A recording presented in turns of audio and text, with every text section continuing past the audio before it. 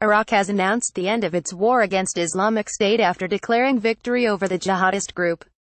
Prime Minister Haider al Abadi said the country's armed forces were in complete control of the Iraqi-Syrian border, which contained the last few areas held by IS. It comes 2 days after Russia said its mission supporting the Syrian regime to oust its jihadists had been accomplished. Mr. Abadi told a conference in Bagad Our forces are in complete control of the Iraqi-Syrian border, and I therefore announce the end of the war against IS. Images controlled an area where 10 million people lived at its peak. Our enemy wanted to kill our civilization, but we have won through our unity and our determination. We have triumphed in little time. Last month, Theresa May became the first major foreign leader to visit Iraq since the fall of the IS stronghold of Mosul. Mrs. May said on behalf of the United Kingdom, "I congratulate Prime Minister Abadi and all Iraqis on this historic moment. I pay tribute to the Iraqi security forces for their courage and sacrifice.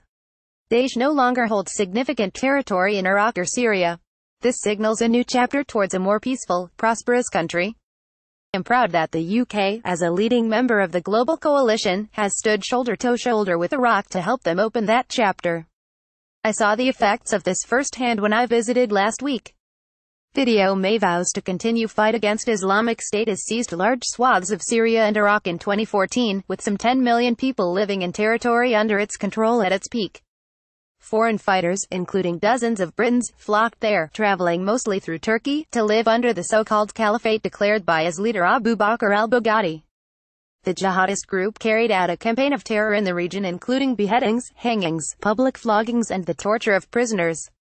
The ticking bombs Islamic State left behind in Iraq. The rise and fall of Islamic State in Iraq's fight back, backed by an air campaign waged by a US-led coalition, began with the liberation of Tikrit, the hometown of Saddam Hussein, in March 2015 after it had been under his control for nearly 10 months. Video Mosul after as the Al-Nuri Mosque is lost. Iraq's second city of Mosul in July this year, and its de facto capital of Raqqa in northern Syria in November. But the Allied victory has come at an incalculable cost. More than 40,000 people died in Mosul alone, and large parts of Iraq have been wrecked. In a statement on Twitter, the US-led coalition said congratulations to the government of Iraq and the Iraqi security forces on the liberation of all Daesh-held populated areas in Iraq.